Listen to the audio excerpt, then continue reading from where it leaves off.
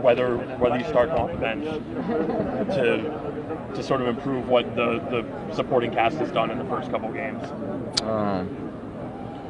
Just to play all out. I gotta play into exhaustion.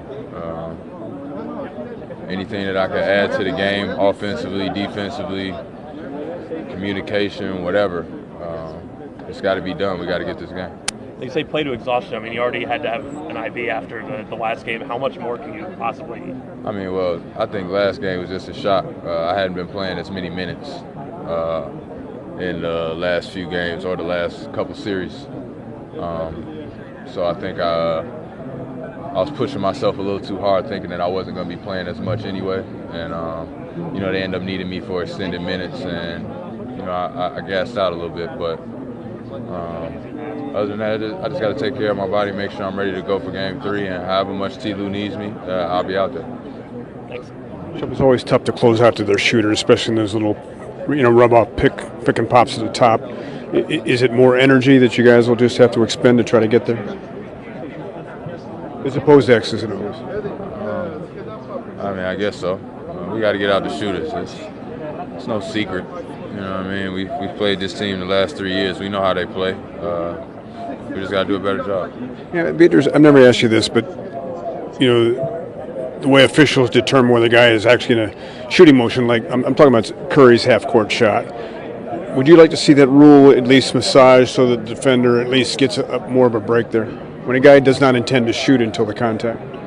I said it before, guys these days are so smart, so athletic, so precise, period. A lot of the rules are just going to get bent. You know what I mean? Our game has evolved into one where you don't have to be as talented. Sometimes you really just got to know the rule book better than somebody.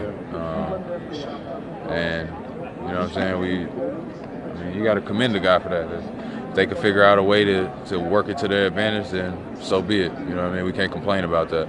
As far as the officiating, their job is hard enough already, man. Chase around the most athletic players in the world, trying to see every angle. It's a hard job for them. And, when we get emotional, we curse them out, we scream, we do all this stuff. And, it's a lot of that stuff. If I was the referee, I probably wouldn't have called it either. You know what I mean? I'd probably let everything go because I couldn't see it. But, it's part of the game. We got to deal with it. We got to be able to foul without the guy being in a shooting motion, period. I know it's a four-quarter game, but did you guys take solace in the fact that you were in that ball game halfway through the third quarter? No, we know we were in that ball game.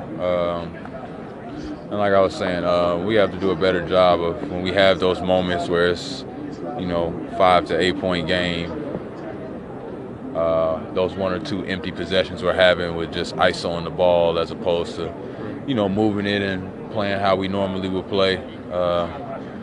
Those 6-point swings that change the lead into a 14-point lead, now those come down and it's still a 4-point, 6-point game, and it's a totally different vibe. I think if we do a better job just with making sure we get good shots and keeping our floor balanced on offense, I think we get back on defense, we get more stops. They don't get as many threes because, at home I feel like after watching the first two games on film, we're going to make sure we rebound. They won't get those second shots and those easy threes, and, it'll be a different ballgame. And then, don't you think, a home crowd doesn't win it for you, but there is an adrenaline rush. They're definitely part of it. Couldn't that help? Without a doubt, they're part of it. Let's make no mistake. The Q is part of it. Yeah.